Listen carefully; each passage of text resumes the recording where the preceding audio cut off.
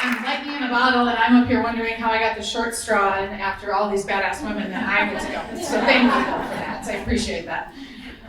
So I'm hoping to inspire you a little bit. I'm hoping to light a fire under you a little bit, and then I'm hoping some of you come to the workshop afterwards where we're going to dive a bit deeper into what's keeping you stuck, right? What's keeping you where you're at. But first I want to ask, how many of you feel successful right now in some aspect of your life? Okay, and for those of you who didn't raise their hands, there's a few, that's okay, because we all go through seasons, right, of success and where we're not feeling it quite as much. But what I think is really important is that each of us has a different journey to success. Each of us gets to a certain point, and I think we achieve this multiple times on our journey, where we get to the top of the mountain, the proverbial mountain, and we're standing there, looking around and saying, is this it? This is what I've been working 80 hours a week for, or this is what I've been working so hard my whole life for? And we're standing there thinking, is it okay to have it all? All is relative. To have the title and the salary and the kids and the family and right? Everything society expects from us. Is it okay to have it all and still want more? Is it? It's a hell yes. It absolutely is. And you know why I know?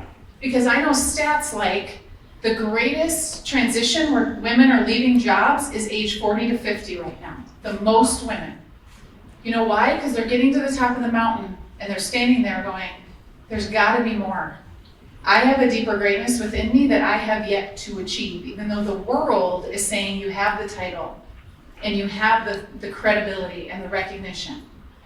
I also know because the greatest divorce rate right now, divorce rate over women over 50, has quadrupled in the last 10 years. Quadrupled.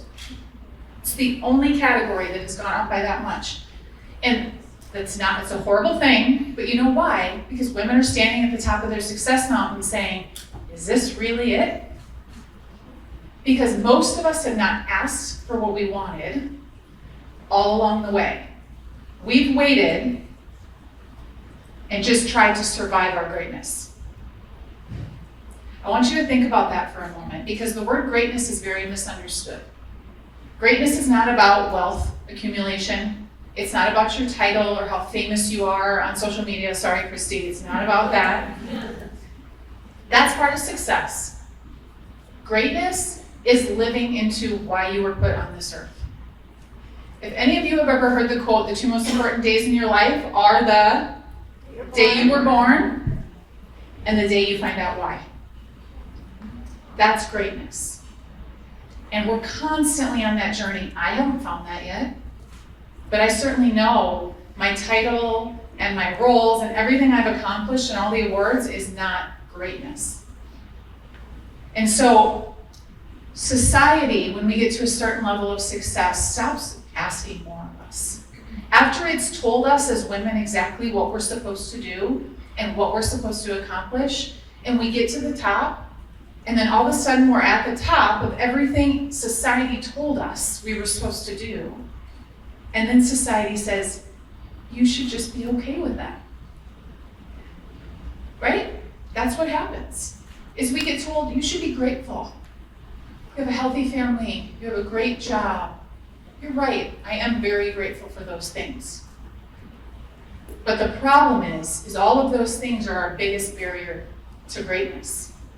Because all of those things aren't actually part of our greatness. They're just stuff that we've accumulated, accolades and rewards. And so what I actually believe is the greatest barrier to our greatness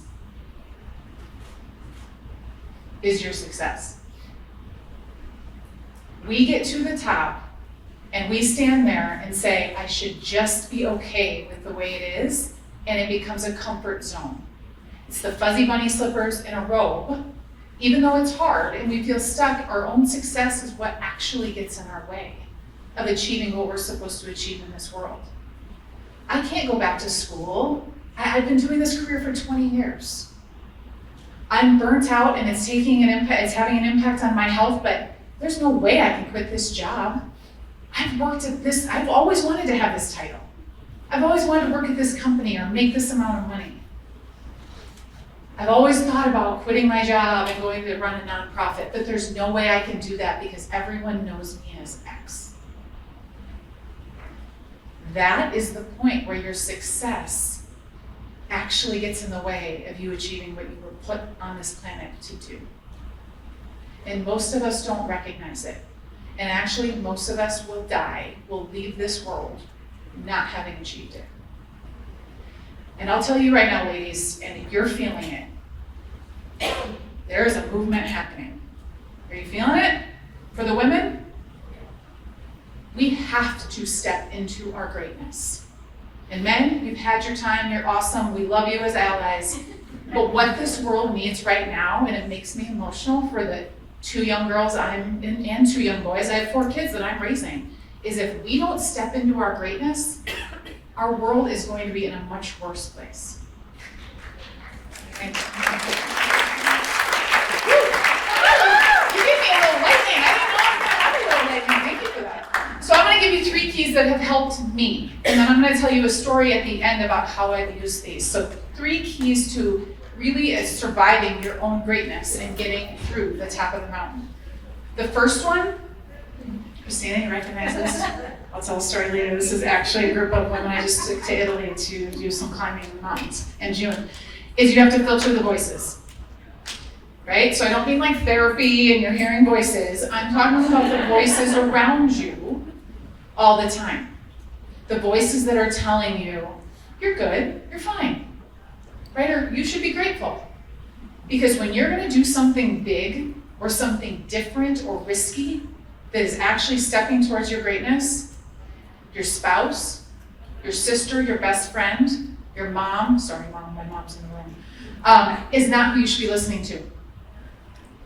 If someone is not on your path and trying to achieve what you want to achieve, you cannot let their voices be the voice that helps you make that decision.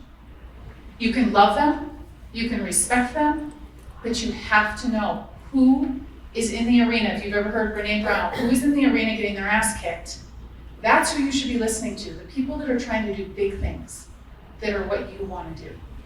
Not the people that are comfortable in their own success. The second thing that you need to do is you've got to shift your perspective. It's why I take women on climbing expeditions. It's why I do retreats, because I want to force them out of their comfort zone, because I need it as well. You cannot stay in the same place and be in the same rooms and around the same people and think that you are going to achieve some level of greatness, because the world is asking you to impact and influence and create a dent. And that doesn't happen when you're comfortable. It happens when you're really uncomfortable. And the third thing is you have to design a life. You can't just make a living. Your success can be titles and jobs and everything that you achieved on paper, but that doesn't just create a life for you. That just checks all the boxes of what society says we need to do. So I want to tell you a quick story here. And many of the speakers today have opened up vulnerably, but most people don't know the story behind this story. 11 years ago, I left a really cushy corporate job to start my own business. I didn't have a ton of confidence, but I had enough craziness just to think that I could do it. And 6 months into starting my own business, I found myself in the middle of a divorce. I moved myself out of my house over a weekend, rented a tiny little townhome, trying to figure out what to do because I didn't have the income. I had to figure it out on my own.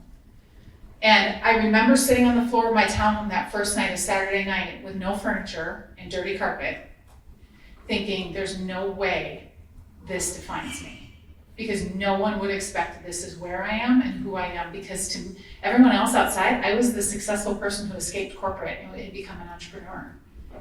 But no one knew in that moment, that was the lowest moment. But what I realized is I then had the opportunity to design something different for the next chapter of my life. Those low moments are where we build the muscle on the mountain to do the hard things and what's coming next. So I keep talking about the mountain. The mountain is my place. I climbed Mount Kilimanjaro in 2023, after 2022 was the hardest year professionally for me.